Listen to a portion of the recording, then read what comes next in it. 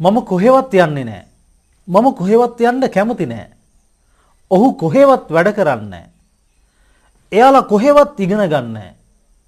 කොහෙවත් ලස්සන නැහැ. කොහෙවත් පිරිසුදු නැහැ. ඔය වගේ කොහෙවත් නැහැ කියන අයිඩියා එක එන විදිහට අපි කොහොමද ඉංග්‍රීසි වලින් වාක්‍යයක් හදලා කෙනෙකුට කියන්නේ? අපේ අදහසක් කොහොමද කෙනෙක් එක්ක අපි ප්‍රකාශ කරන්නේ? ඔයා අද ඉගෙන ගන්න යන්නේ ඒ පිළිබඳවයි. දැන් අපි උදාහරණයක් විදිහට ගත්තොත් මම කොහෙවත් යන්නේ නැහැ. ඉස්සරලා අපි මුලින්ම හදා ගන්න ඕනේ මේ මම යනවා කියන අදහස. මම යනවා I go. කොහෙවත් නැහැ nowhere. කොහෙවත් නැහැ කියන අදහස දෙන්නේ nowhere වලින්. I go මම යනවා nowhere කොහෙවත් නැහැ. මෙතන I go ගාවට නැහැ කියන අදහස ගන්න don't දාන්න අවශ්‍ය නැහැ. මොකද nowhere වලින් නැහැ කියන අදහස දෙනවනේ. එතකොට මම කොහෙවත් යන්නේ නැහැ. I go nowhere. මම කොහෙවත් යන්නේ නැහැ. මම කොහෙවත් යන්න කැමති නැහැ. ඉස්සලා හදාගන්න මම යන්න කැමතියි කියලා. මම යන්න කැමතියි I like to go. එතකොට අදහස් දෙන්නේ මම යන්න කැමතියි කියලා. ඉතින් කොහෙවත් නැහැ අදහස ගන්න නම් ඒ කොටසට nowhere එකතු කරන්න ඕනේ. එතකොට ඔයාට අදහසක් එනවා I like to go nowhere. මම කොහෙවත් යන්න කැමති නැහැ. ඔවුන් කොහෙවත් වැඩ කරන්නේ නැහැ. එයාලා කොහෙවත් වැඩ කරන්නේ නැහැ. They work. එයාලා වැඩ කරනවා. කොහෙවත් නැහැ nowhere. එතකොට එයාලා කොහෙවත් වැඩ කරන්නේ නැහැ. They work nowhere. පැහැදිලි ඇති එහෙනම් මේ උදාහරණ තුන හැදුවේ කොහොමද කියලා. අපි හිතමුකෝ යම් දරුවෙක් ඉන්නවා එයා කොහෙවත් ඉගෙන ගන්න කැමති නැහැ. ඉතින් ඒක එයාගේ කැමැත්ත. හැබැයි එහෙමයි කියලා එයාට ඉගෙන ගන්න අවස්ථාව නොදීන්නත් හොඳ නැහැ. ඒත් අපි කියනවා එයා කොහෙවත් ඉගෙන ගන්න නැහැ. ඉස්සෙල්ලා හදන්න එයා ඉගෙන ගන්නවා. නැත්නම් ඔහු ඉගෙන ගන්නවා. He learns. කොහෙවත් නැහැ nowhere. He learns nowhere. එහෙම නැත්නම් he studies nowhere. දැන් අපි කිව්වොත් එහෙම අපි කොහෙවත් සෙල්ලම් කරේ නැහැ. ඉස්සෙල්ලා හදන්න ඕනේ අපි සෙල්ලම් කරා. We played කොහෙවත් නැහැ nowhere. We played nowhere.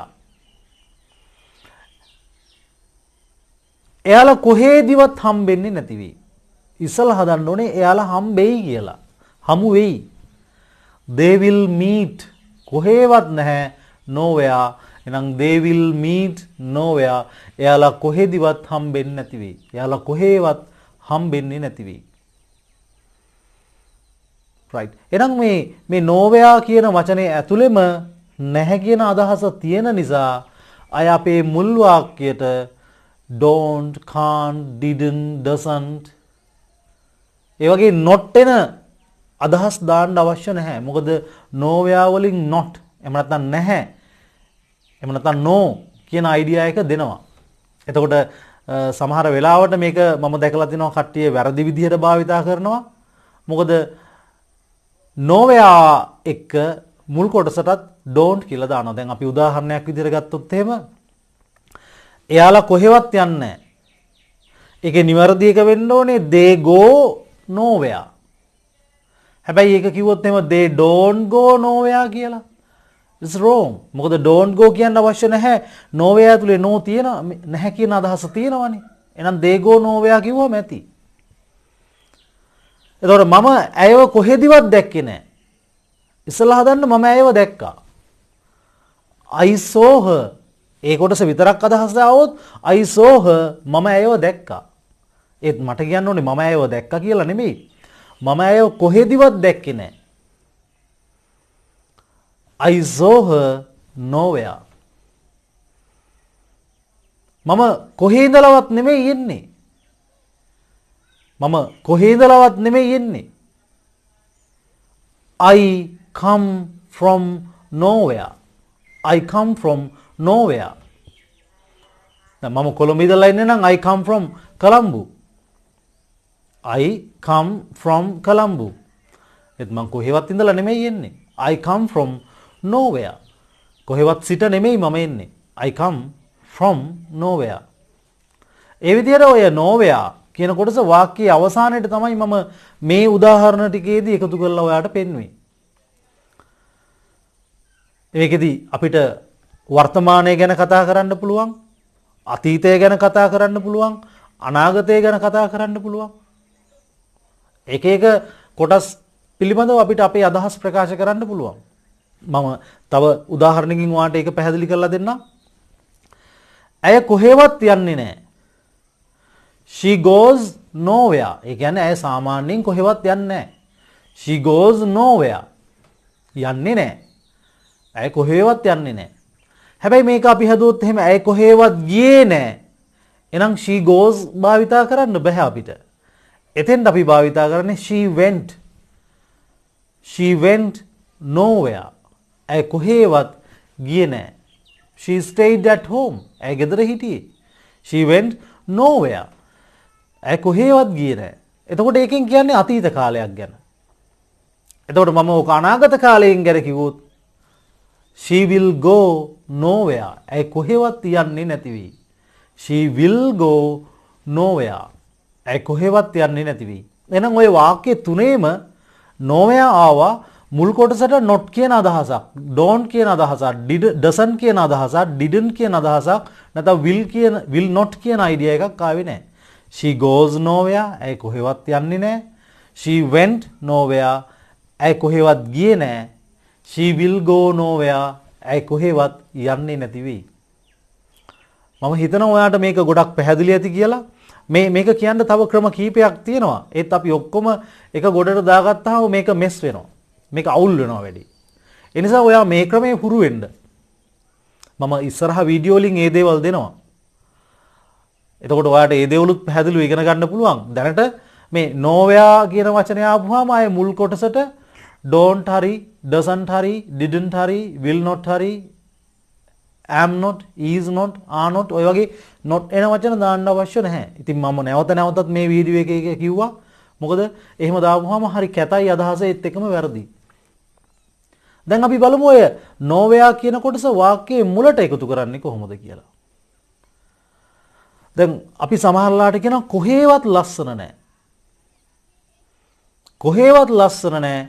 එහෙනම් කොහෙවත් නැහැ කියන එක මුලට එන්න ඕනේ වාක්‍යයේ. Nowhere is beautiful. Nowhere is beautiful.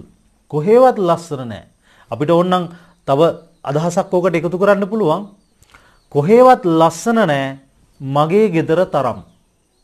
Nowhere is beautiful than my home. එහෙම නැත්නම් කොහෙවත් ලස්සන නැහැ මගේ නිවසට වඩා. ඒ අදහසත් එතන තියෙනවා. Nowhere is beautiful. කොහෙවත් ලස්සන නැහැ. than my home. මගේ නිවස තරම් නැත්නම් මගේ නිවසට වඩා. එතකොට අපිට ගන්න පුළුවන් කොහෙවත් පිරිසුදු නැහැ. ඔයා යම් තැනකට ගියා ඒ තැන කොහෙවත් පිරිසුදු නැහැ. ඔයා එතන ඉඳලා කියනවා මේක හරි අපිරිසුදුයිනේ, මේ කොහෙවත් පිරිසුදු නැහනේ. Nowhere is clean. Nowhere is clean. කොහෙවත් පිරිසුදු නැහැ. ඕකේ, එතකොට මේක is not clean අවශ්‍ය නැහැ. මොකද nowhere එකකින් නැහැ අදහස දෙනවා. Nowhere is clean. කොහෙවත් ලස්සන නැහැ. එතකොට කොහෙවත් පිළිවෙලට පිරිසිදුවට නැහැ. Nowhere is neat and tidy. කොහෙවත් පිළිවෙලට පිරිසිදුවට නැහැ. ඔයා ගිය තැන ඔයා යම් තැනකට යනවා, ඒ තැන ඔයා දැක්කහම කොහෙවත් පිළිවෙලකට පිරිසිදුවට නැහැ. එතකොට ඔයා කියනවා nowhere is neat and tidy. කොහෙවත් පිළිවෙලකට පිරිසිදුවට නැහැ. කොහෙවත් කැත නැහැ. එතකොට nowhere is ugly. ugly කියන්නේ කැතයි කියන අදහස. එතකොට නැහැ කියන අදහස ගන්න is වලට not දෙන්න අවශ්‍ය නැහැ. මොකද nowhere එකෙන් නැහැ කියනවනේ. nowhere is ugly. right. එහෙනම් පැහැදිලි ඇති මේ කොහොමද මේ නෝවයා එක භාවිතා කරේ? අපිට මේක නිතරම එනවනේ. මේකත් එක්ක කතා කරන එක හරි ලේසියිනේ. කියන අයිඩියා එකක් ඔයාට එන්න ඇති.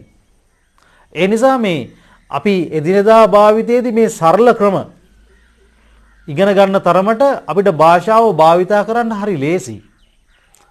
මොකද මේ වචනත් එක්ක මේ නෝවයා ඒ වචනෙත් එක්ක නැහැ කියන්න ආයේ වෙනම not දාන වචන එන්නේ නැහැ.